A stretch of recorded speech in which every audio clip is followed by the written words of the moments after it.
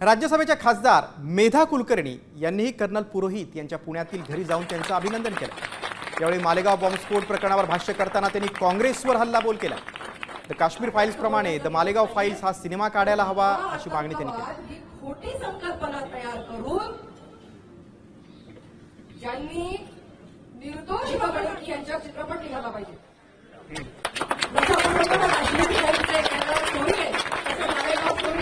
चित्रपट निघाला पाहिजे आणि जनतेला यांची कुटुंब जी आहेत ही सगळे कळली पाहिजे डिटेल्स मध्ये। आणि याच्यासाठी आपण सगळ्यांना पुढाकार घेऊ, कारण हे पितळ्यांचं पुढं केल्याशिवाय यांच्या नांग्या मोडल्याशिवाय आपला देश सुरक्षित होणार नाही आणि देशभक्तांना सपोर्ट मिळणार नाही। आता isakal.com आहे देशातील नंबर 1 ची मराठी न्यूज वेबसाईट।